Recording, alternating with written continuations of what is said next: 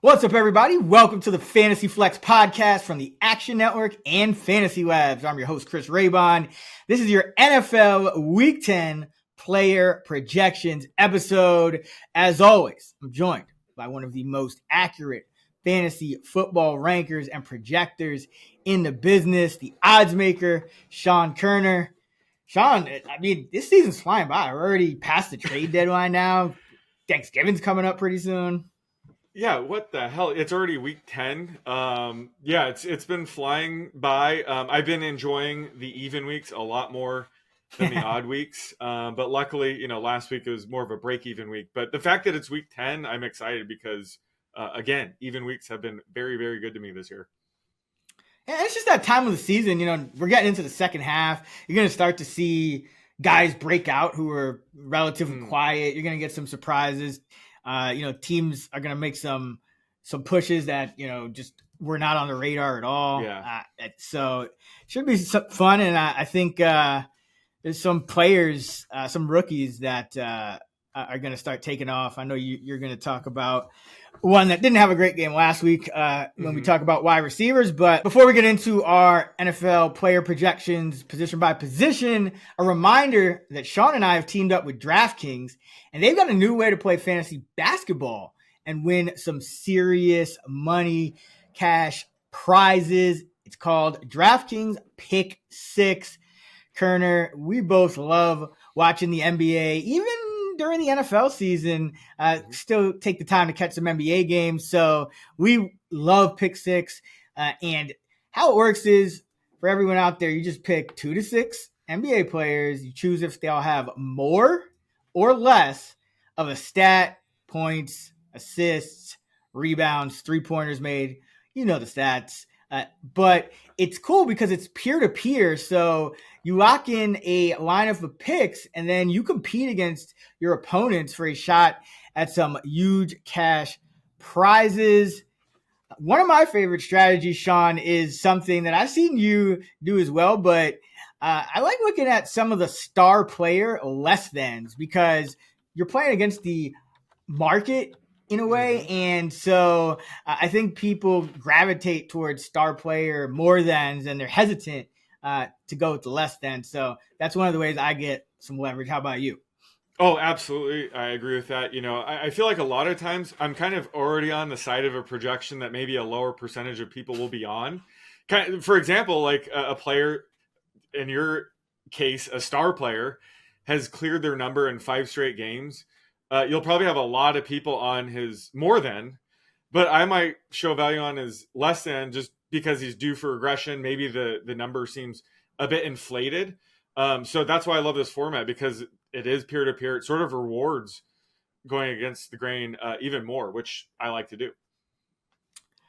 Yes. This is another reason I love DraftKings Pick 6, just a bunch of strategies that you can employ. So, Sean, look forward to talking more about it with you. But if anyone out there wants to play too, all you got to do, download the DraftKings Pick 6 app. Right now, new customers can play $5 on their first pick set and get $50 in Pick 6 credits. Just download the DraftKings Pick 6 app and use promo code FLEX6 at signup. That's FLEX6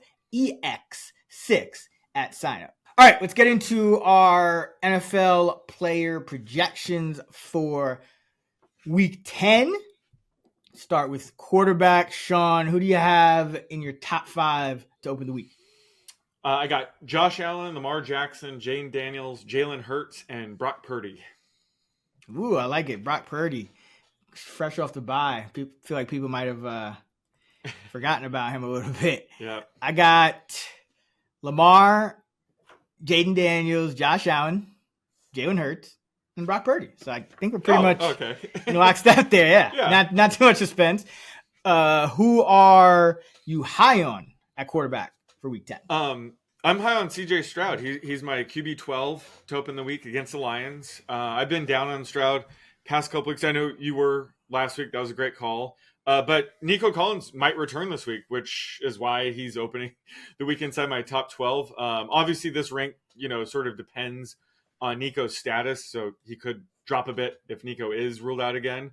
But this should be, more pass heavy game plan against the Lions regardless. And, Stroud's offensive line has been an issue the past couple weeks now. But if anything, it's kind of led him to, scramble a bit more. Last week, he had 8 rushes for 59 yards. He does have that rushing upside. He doesn't like to tap into it, but the offensive line is kind of forcing the issue right now.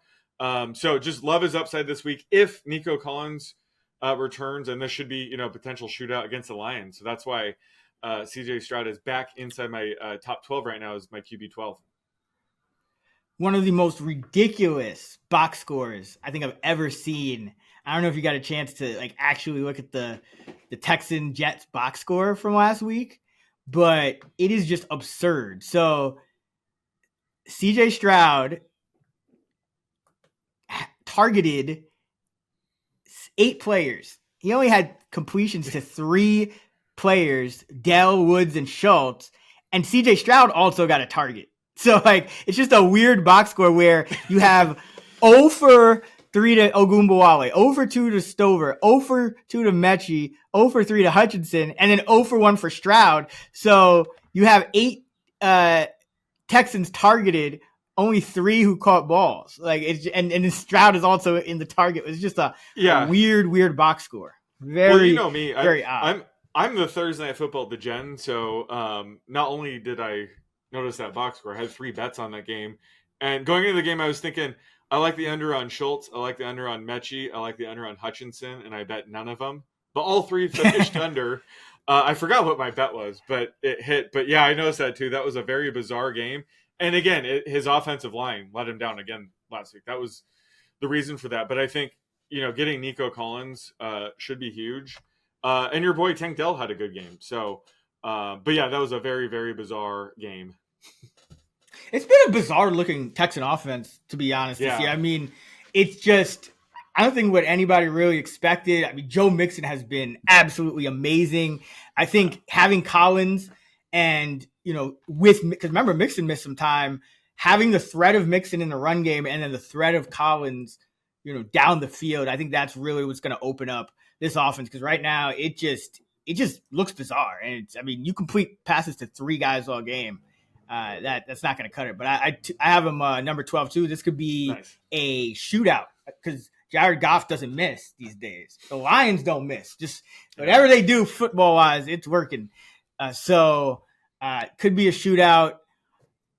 Defense is probably both a little better than people think, but it's indoors. 2 good quarterbacks, 2 good offenses. So I'm high on Stroud this week too. Hopefully we get some Tank Dell goodness, some Nico, because it's been ugly for those guys as of late. But I am high on Daniel Jones.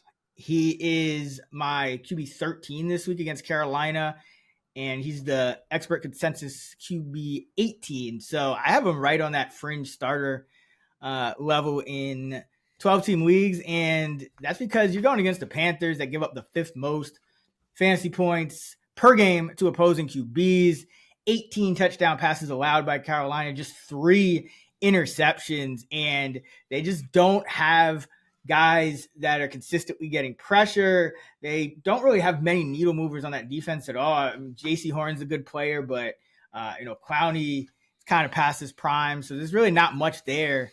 And I think this could be a Malik Neighbors breakout game again. He's been kind of quiet, just getting volume, but hasn't really had that explosiveness that we saw from him earlier in the year. But I did like some of the plays Daniel Jones made in a losing effort to the Washington Commanders last week. I thought the throw to Theo Johnson down the field was something you really want to see out of Daniel Jones, especially with Darius Slayton potentially missing this game, because it used to be Slayton who he would uncork deep shots to. So the fact that he's doing it to his tight end, that's a really positive development. So you could see one of Daniel Jones' best games of the season, I think, in this spot. And the good thing about Jones when he's going against a bad pass defense is, there's a reason he's on the wire in most leagues, but he has that rushing floor too. So I think that really helps. He's been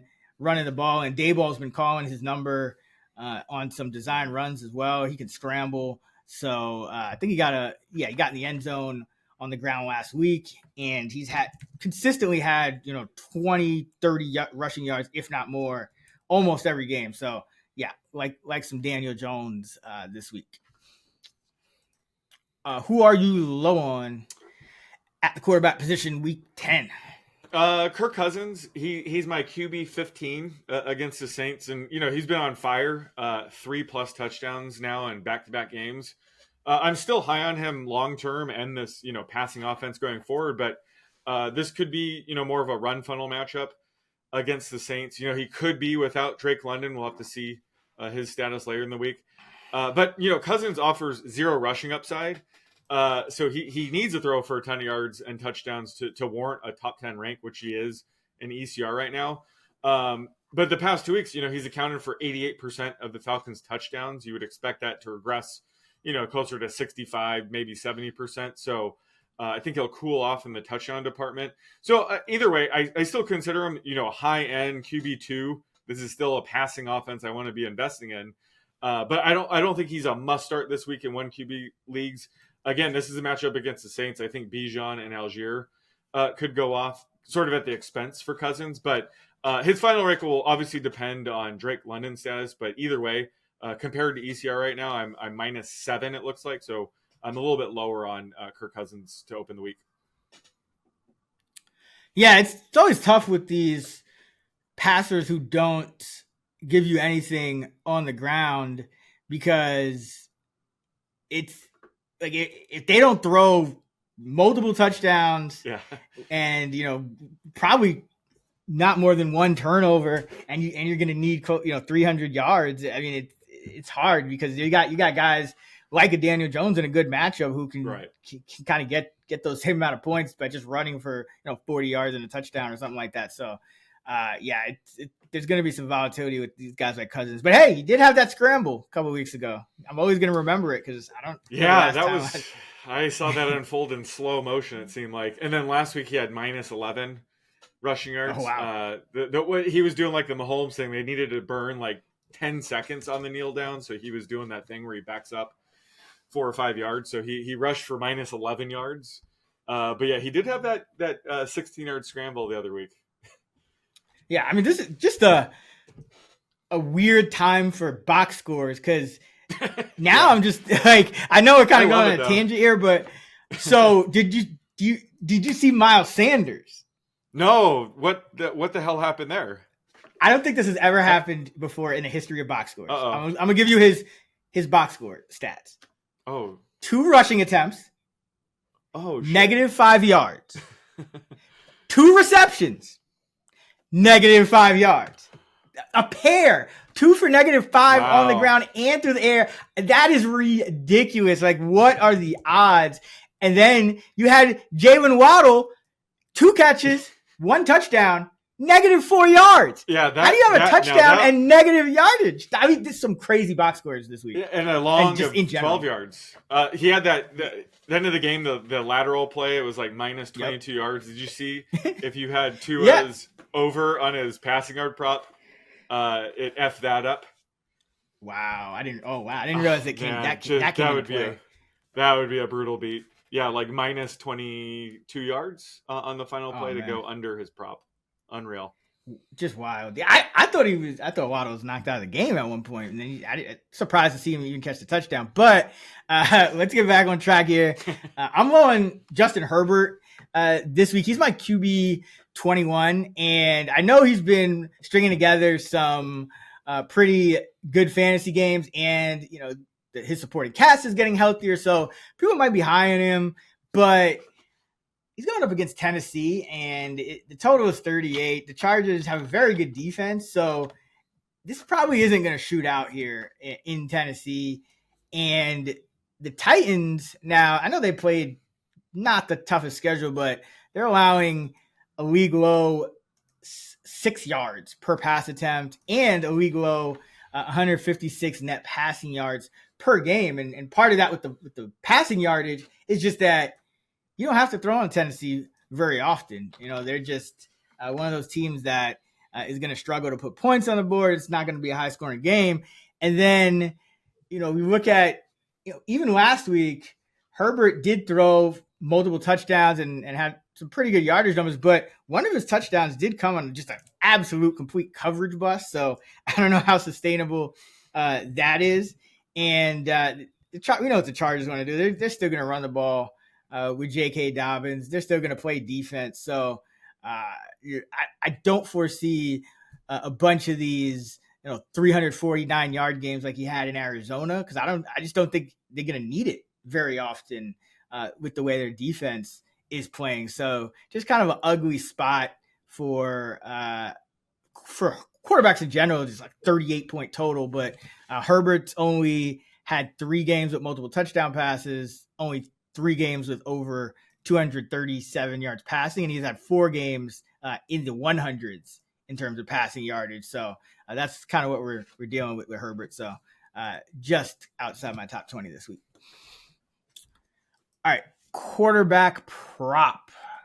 Let's go Jared Goff passing yards against the Texans, because he's been all over the place. He's been so efficient, but he's had 4 games with 280 or more and 4 games with 217 or less, including games of 145 and 85 over the last 2. So this is a very volatile projection. I know you specialize in this kind of stuff, so I'm going to set his yardage against the Texans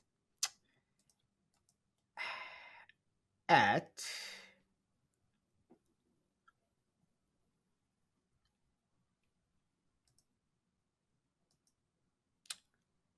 236 and a half.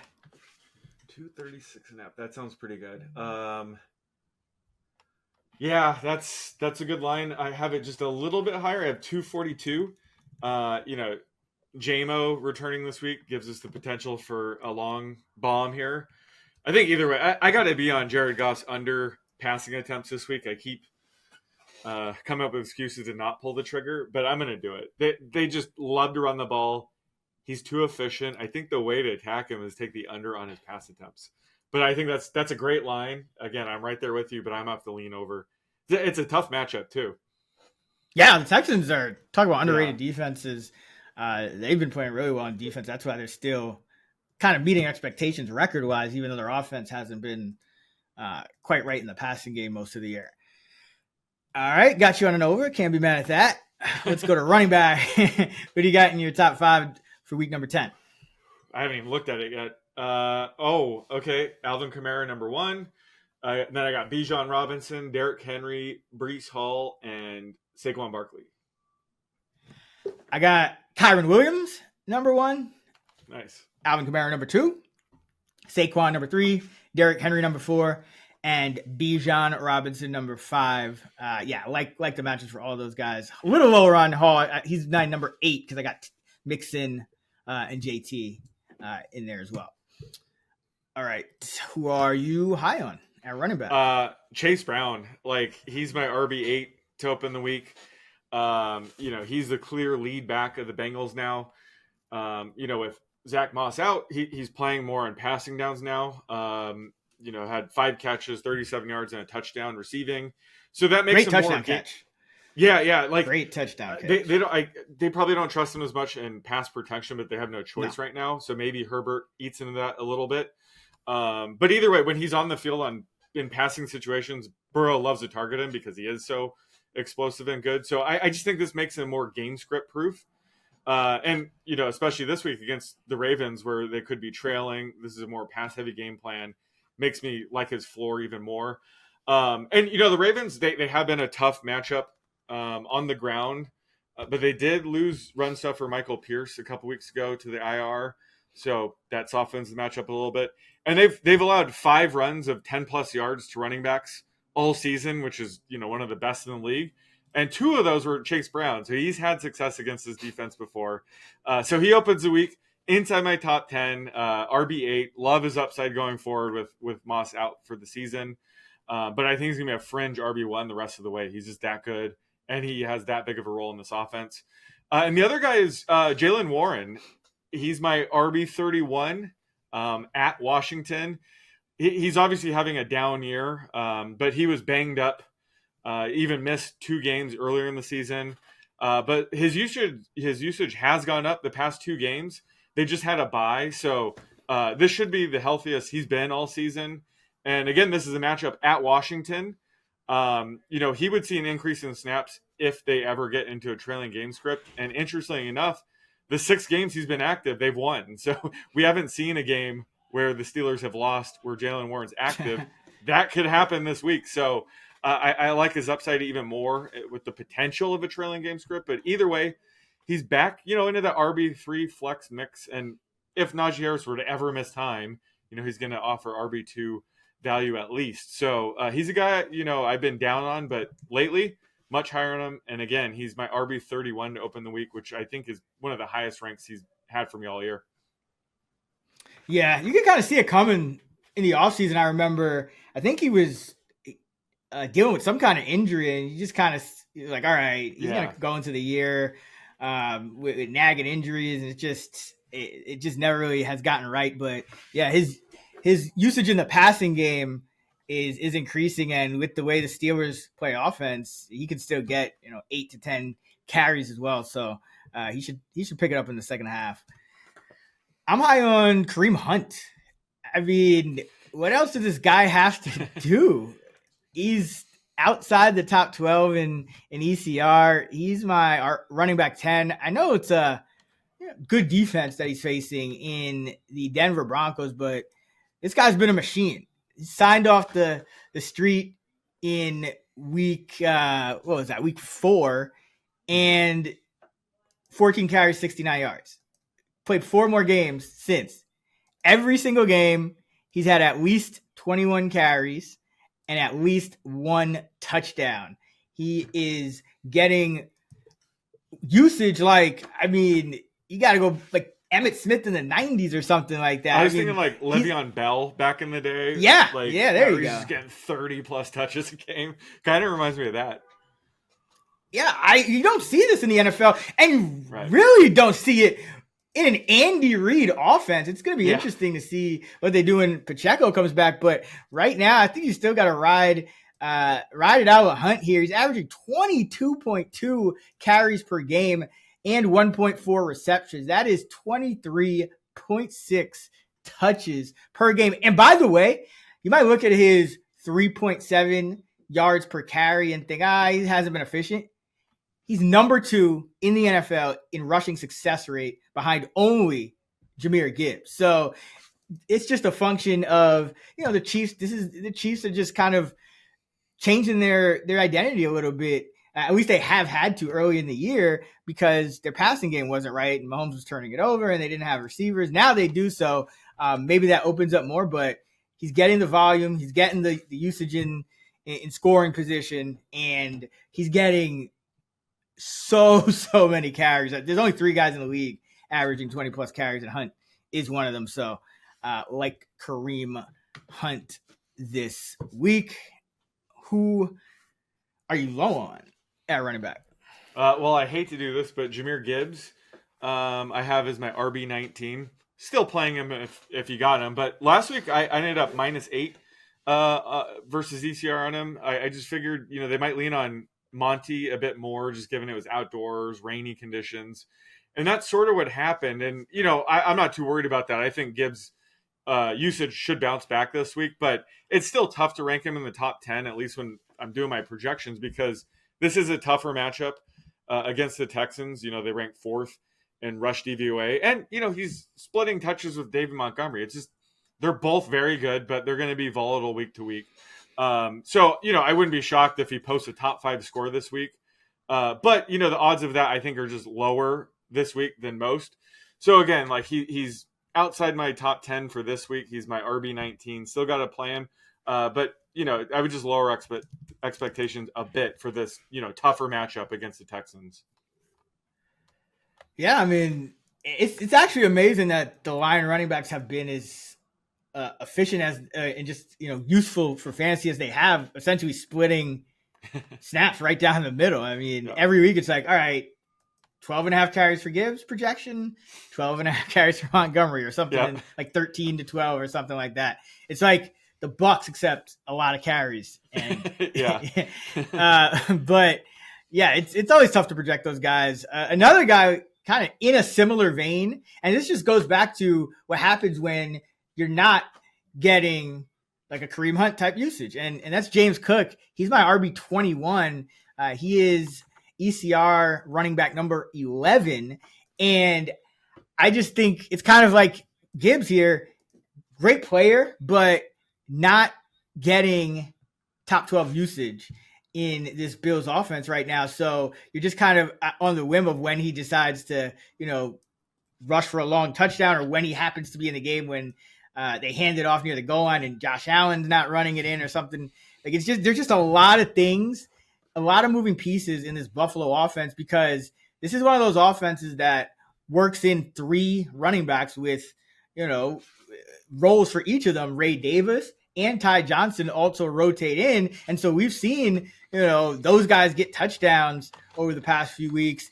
And on the year, James Cook, only 1 game with a snap rate of 60% or more. So it's actually wild that he's been as productive as he has been, but it's going to be hard to sustain. It's going to be hard to predict. So I think you're going to see more of these, like he had last week, 10 carries for 44, and then, 5 for 25 through the air, no touchdowns. It's just purgatory. So I don't think he's an RB1 based on the usage he's getting. We can't always expect him to have these, multi-touchdown games. He's very talented, but just by the way he's being used, there's just a lot of inherent randomness where, just like he scored touchdowns in 5 of 8 games this year, I could see him go like 5-6 games straight without a touchdown too. That's just kind of the usage that we're dealing with here. All right. Running back prop. What you got? Well, we're going with Chris McCaffrey, who, was dealing with an injury heading to week 1. We didn't think he'd miss any time. Well, it's week 10, and he's finally making, apparently, his season debut. So let's see, how we're projecting him. I'm going to go with total rushing and receiving yards, 85.5. What do you got? That's a good line. And I'm going to go under. Oh, under? Just because I do think that just like we didn't really know the extent of his injury, I don't know exactly where he's going to be. And I think it was a few weeks ago, Debo was returning from an injury, and I felt like his under receptions, it was like 4.5. I was like, he might be a decoy or something like that. So Shanahan, he's known to kind of do that. He could use McCaffrey like the way he used him when he first got traded from KC, where he was in on more passing plays, not as many run plays. So yeah, it's warranted, and that's a pretty good line because I have it in the 80s as well. But I just think there's a lot of ways. I think there's more ways it goes under than over, especially with there's Mason in that backfield. There's Garendo. So let's say they get out to a lead, you might pull them early. Like there's just I think there's a lot of outs. So I'm going to go under. Yeah. Yeah. I mean, Mason might not play. He's still dealing with that shoulder injury. That's an aspect of this. Obviously, I don't think they're going to force anything with McCaffrey unless they have to. But, the Niners are let's see. Yeah, they're 4-4. It's a tight race in the NFC West. It'd be one thing if they were like 8-0 right now. Yeah, ease them back in. They need to win now. So I think they might be a little bit more aggressive, just considering they are a 500 team right now. But I'm with you. I think I have them RB10. I think that's probably a bit aggressive. Where do you have them ranked? And like, how are you? You're just starting them if you have them, right? I have him RB11, so I'm right. It's hard not to rank him because he's just so efficient, in terms of the touchdown equity that he has, and then catching the ball. He's going to get targeted at a high rate, and there's no Ayuk, so that's probably he hasn't played too many games, I don't think, without Ayuk in the past, so it might even be a few extra targets up for grabs. So yeah, he's going to be efficient, but you just don't know like exactly where he is, what the snap rate is going to be, how how much at risk he's going to be for re-injury. It also is coming off a bye, so this could be, Shanahan had a lot of time to potentially make him a decoy on some plays, and there's just a lot of moving parts here. And I've seen Shanahan do this with Debo so many times now that, I'm always going to be a little bit cautious. But yeah, it's hard not to rank him as top 15 running back if he's on the field. All right, let's go to wide receiver.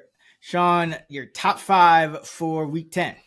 I got Jamar Chase, Justin Jefferson, Tyreek Hill. Might need to reconsider that. Cooper Kupp and Malik Neighbors. Ooh, I think I'm pretty similar. Justin Jefferson, number 1. I mean, how can you not against the Jags?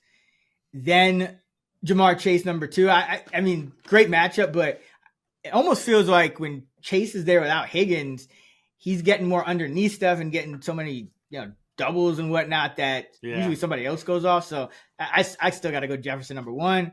Amon-Ra St. Brown, number 3. This should actually be a normal, non-outdoor, rainy game for Detroit.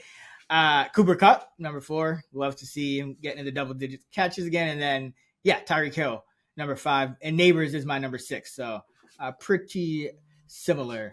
But, I think those guys are clearly, especially with CeeDee Lamb banged up, Drake London banged up. Like those 6 are the guys.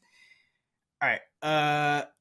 Who are you high on at the receiver position this week?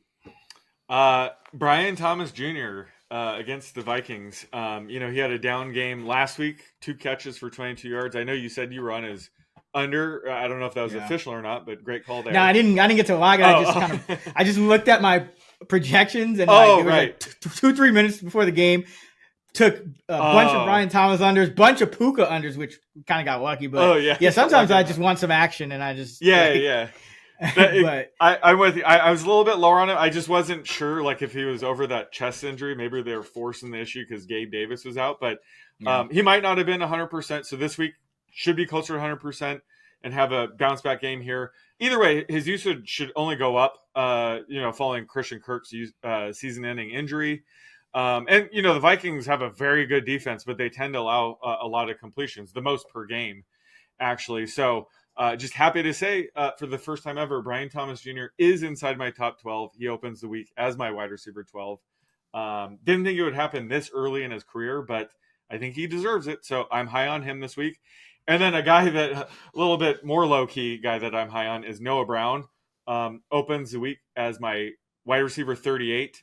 Obviously I hate to bring this up, but he was fortunate to catch that Hail Mary pass the other week.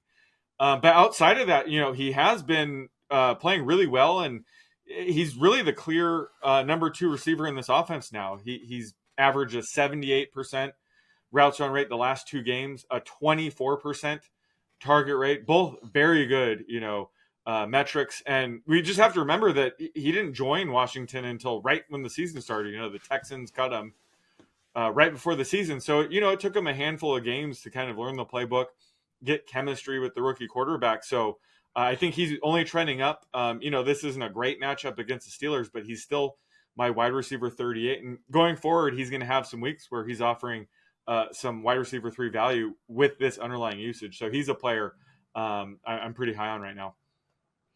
Yeah, it's him and Terry are the clear top 2, and then it's like Zacchaeus, McCaffrey, Diami Brown. They're just kind of splitting one role as like the number 3 receivers. So I've noticed Noah Brown. I think he's like up to 45 yards in my projections, which is pretty high for Noah Brown, especially when he's not getting how good has his quarterback play been over the past 2 years? He was with CJ Stroud as a rookie and putting up some monster games, and now he gets Jaden Daniels as a rookie. Who's next? He was with good Dak too. Yeah.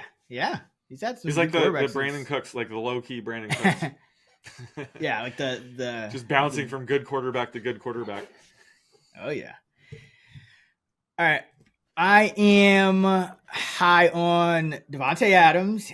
I have him wide receiver 8 this week. He's more of in the mid-teens in ECR.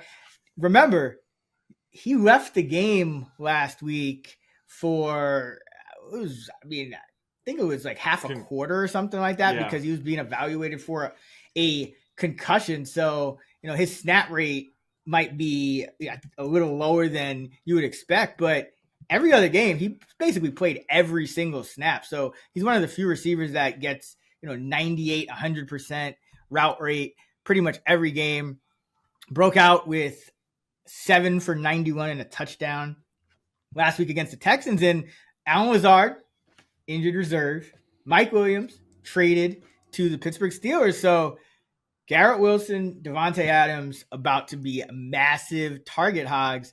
And you have a pretty good matchup against the Arizona Cardinals, who their cornerback situation, not great. Now, the one thing they do is they can run the ball and kind of play keep away, but not really impressed with their cornerback situation. Adams can move around. He's got another, kind of alpha type across from him in Garrett Wilson. So it's not, you can just always double Davante Adams. So going forward, I think you're going to see a lot of these, 791 and a touchdown type games from him and Garrett Wilson as the Jets try to make a run here. So high on him. And then further down, Ray McCloud cracks my top 36 this week. He's an ECR wide receiver 57, but a few things kind of working in McLeod's favor. Number one, Drake London looks like he's a little bit banged up. Don't know if he's going to be a full go.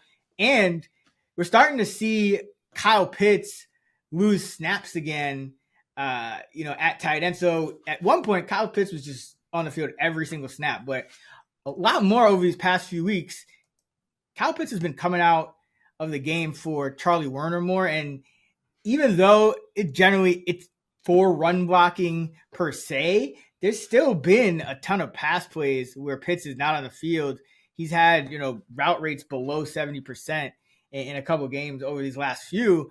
And both of those things just increase the potential targets for McLeod because he doesn't come off the field. So like all those receivers are just 1-1 personnelling it with London, Mooney, McLeod. So I think McLeod, just like you see Darnell Mooney kind of having a resurgence breaking out here, that could very well be McLeod too. So I think he's a guy that he's like Wan'Dale Robinson, but more touchdown upside and does a little bit more downfield, and he's in the game more. 90+% route rate, going to 95% in some games. So I think he's actually underperforming, relative to his usage. So I wouldn't be surprised if he strings together a few useful games in a row, especially in, full PPR. But like Ray caught my attention when he popped up in my top 40. Who you low on at wideout? Oh, God, I hate to do this, but Demarcus Robinson is my wide receiver 58. And no bigger fan / believer in Robinson than me the past year or so. Right. But he's been very, very frustrating this year. We kind of talked about it earlier, but whenever both Cooper Kupp and Puka Nacua are out, he barely did anything. And now that both have been back the past 2 games, he's scored multi-touchdowns in each game. I think that's going to be tough for him to maintain if Kupp and Puka were actually to make it through an entire game, which could be this week.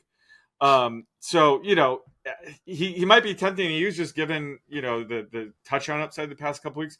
And maybe that continues. I mean, obviously defenses are going to have to pay attention to Kupp and Puka, but that's just not a guy that you can really bank on week to week. So I know it might be tempting to use him now, but I'd be a little bit careful with that. And again, he's my wide receiver 58, so he's kind of outside the wide receiver 3 range. It's been nice to see, but I don't think this is sustainable as long as Kupp and Puka are healthy. Yeah, he's my number 52, so not quite as low, but still, outside the top 50. And there's just like Kupp and Nacua are in my top 10. So it's just hard if you're not going to get a touchdown, and you might not get a touchdown every week. Is the volume going to be there? Probably not. Last week his big catch comes in overtime. The week before that, both of his catches were touchdowns, and that's the only catches he had. So you could see how if he doesn't get a touchdown, he could be in trouble. So yeah, my best ball teams, a lot of my best ball teams are enjoying this. I will say, but where you don't need to figure out when he's going to go off. Exactly. For a while I thought it might not be coming at all with all all the flavor of the month Rams wideouts, but we got there. Yep. I'm low on Amari Cooper this week. He's my wide receiver 43. He's a 31 in ECR, and he's my 43 even with expecting Keon Coleman to miss. He has a wrist injury, so it sounds like he's going to miss at least 1 week, maybe more, but we'll see.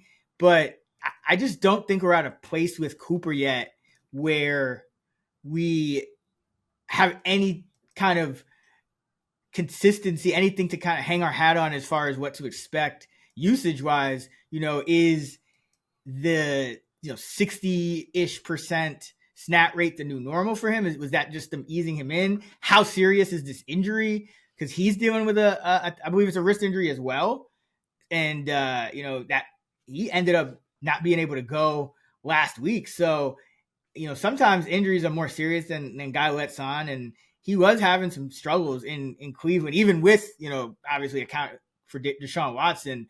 Cooper still was having some issues, so I just don't know where we're at with him to confidently rank him as a top 35 startable receiver. He had the one game where they essentially just force fed him targets in a few snaps he was in the game, but that's hard to repeat too. I think it was a 34% route rate in that game that he was productive for Buffalo. So I just don't know where he is injury wise. I don't know where he is role wise, and it's hard to know because remember Buffalo all of a sudden last year they just randomly started decreasing Stephon Diggs' snaps at times. So you just don't know with this team.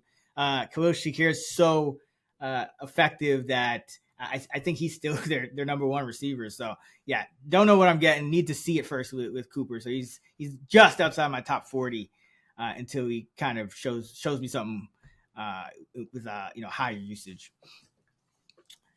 All right, let's go wide receiver prop. I'm gonna go. Let's see. Let's go with another one of these guys that's just got traded as going to be hard to project, but people are going to need to kind of figure this out early, and that's Deontay Johnson because he plays on Thursday night against the Cincinnati Bengals. So let's go Deontay Johnson receiving yards. And of course he was shut out last week. Yeah. But he was on the field. So that was what was interesting. I think his route rate, they didn't throw very much, but I think he was there for about 2/3 of the passing snaps. I'm going to set his line. Let's go 35.5 receiving yards for Deontay. I'll go under. I think that's a fair line. I just think, just given it's a short week, it's hard to see his role expanding too much. I guess. Well, it depends. Is Isaiah likely going to play? Maybe that might bump him up a little bit. I'll just stick with under. I have it closer to 30. Yeah, it's very volatile though, right? Because it's like he gets open, but I don't think I've ever seen him get shut out like that before. But maybe they're just kind of gonna kind of force feed him because of that. Like it's just always weird when these guys get traded and you have I always struggle with these projections. All right, tight end. It's not National Tight End Week anymore, but still had some good tight end performances last week. Expecting some more this week. Who do you got in your top 5? I got Travis Kelce, K. Dotton, George Kittle, Trey McBride, and Evan Ingram. I have Kelce, Kittle, McBride, K. Dotton, and Evan Ingram. So yeah, a little bit different order, but K. Dotton, man, finally. Yeah, what a beast. Who are you high on at tight end? Yeah, so there's a lot of emerging tight ends in this tight end 2 tier, but the guy that really caught my eye again this week was Jonnu Smith. So he's my tight end 14 to open the week. He now has 4 or more receptions in 3 straight games, and just really solid underlying usage to go with it. So I think this is certainly sustainable. But the past 3 games, he's ran a route on 77% of dropbacks, a 24% target rate. So, in this passing offense with Tua under center, I think he's going to be able to keep this up and has, very solid floor ceiling combo for a tight end. And this is a matchup, could be a shootout against the Rams. So again, I think like he's right on the cusp of, tight end 1 usage right now. So he's my tight end 14 to open the week. Yeah, I've been high on him these last few weeks as well. I noticed that their offense just kind of works better when he's just the main tight end. Earlier in the year, they were rotating in 3-4 guys, and it just weird roles and usage and whatnot. I know they had some quarterback issues, but I think their offense is at its best when he's just the number 1 tight end, and that's what we're seeing. I am high on my guy Taysom Hill. I mean, this guy's been doing it all. He had 4 catches last week for 41 yards, rushed for another touchdown, had 5 carries, and it looks like he's going to be a good bet for, a week, like 4 to 6 carries every week. And now he's starting to play a significant role in the passing game. And remember, Chris Olave got hospital balled, according to Michael Thomas. Glad he's okay, but that was a weird exchange between those guys on social media. But Rashid Shaheed is out. It's just, I mean, it's dire for the Saints. It's really just their tight end. So Taysom Hill's starting to become a more voluminous route runner than he was in the past, where you would only get, maybe 1 catch a game, 1 or 2. Now he's getting, 3, 4, 5 targets, 3, 4, 5 catches as well. Has attempted a pass in each of the last 2 games. We'll see what happens, new coaching staff. But overall, this offense has just been decimated. But they do have Derek Carr back, no receivers, and no backup running backs either. So it's just perfect kind of environment for Taysom to continue to put up fantasy points. And he has a massive ceiling because he can do it all, and I'm pretty sure they're kind of scheming up plays, drawing up plays specifically for him to get loose on. So there's just a lot of things working in his favor to score fantasy points. So I have him as the tight end 6. So yeah, right outside my top 5 is Taysom Hill this week. Who you on at tight end?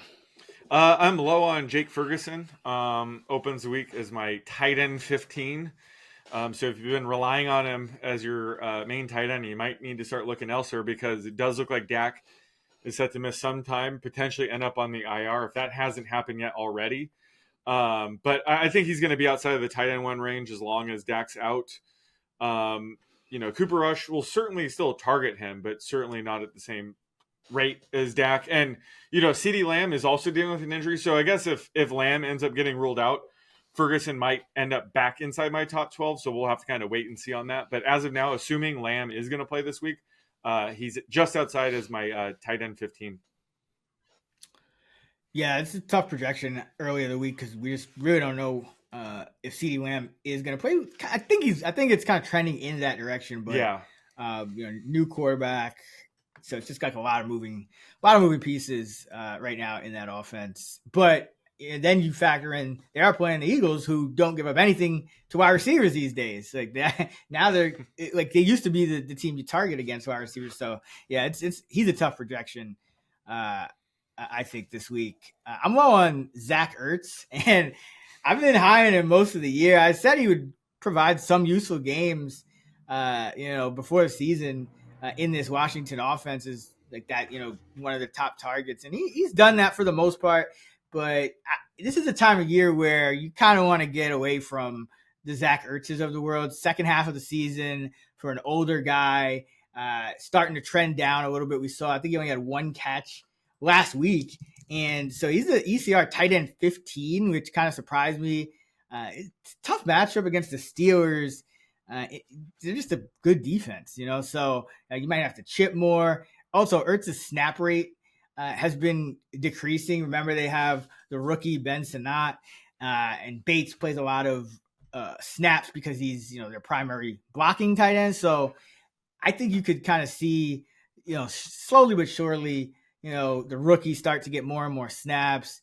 Ertz just kind of wear down a little bit at this stage. And it's so volatile in that passing game in Washington because they're so efficient and they kind of mix it up with the snaps. And if they blow people out, if you didn't get your production early on, you just might not get a chance. I mean, they're use 5 receivers. They'll be down to their third tight end, their third running back. It doesn't matter for Washington. So they're getting everybody involved. So I just think it's hard to trust Ertz probably for the rest of the season at this point.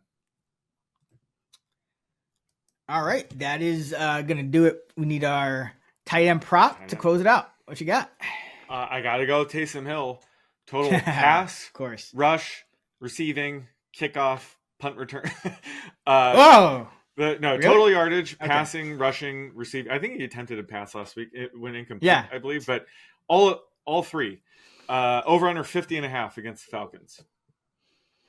Ooh, that sounds high. Let me see. Okay, yeah, I was wondering. I got it for 22 rushing, 21 receiving, and 3 passing, like a half a pass attempt. So I'm gonna have to go under. I hate doing it, but yes, he could still put up a great fantasy week. All you need is touchdowns alone. Just an explosive play from any of the 3. So true. I'll be on the over on this. I don't mind. All right. That is going to be an interesting one to sweat. Taysom Hill, 50.5 pass rushing and receiving. I don't like being on the under, but got to trust the model early in the week. That's going to do it for our NFL Week 10 player projections episode here on the Fantasy Flex. Be sure to subscribe to the Fantasy Flex podcast so you don't miss an episode all season long. FantasyLabs.com is where we house all of our fantasy football content, our award-winning rankings and projections, tools, and more. Don't forget, you can use promo code FLEX40 on Fantasy Labs for $40 off. You can find Sean on X at _oddsmaker. I'm at Chris Raybon, and we are at those same handles on the free award-winning Action Network app. Until next time, let's get this money.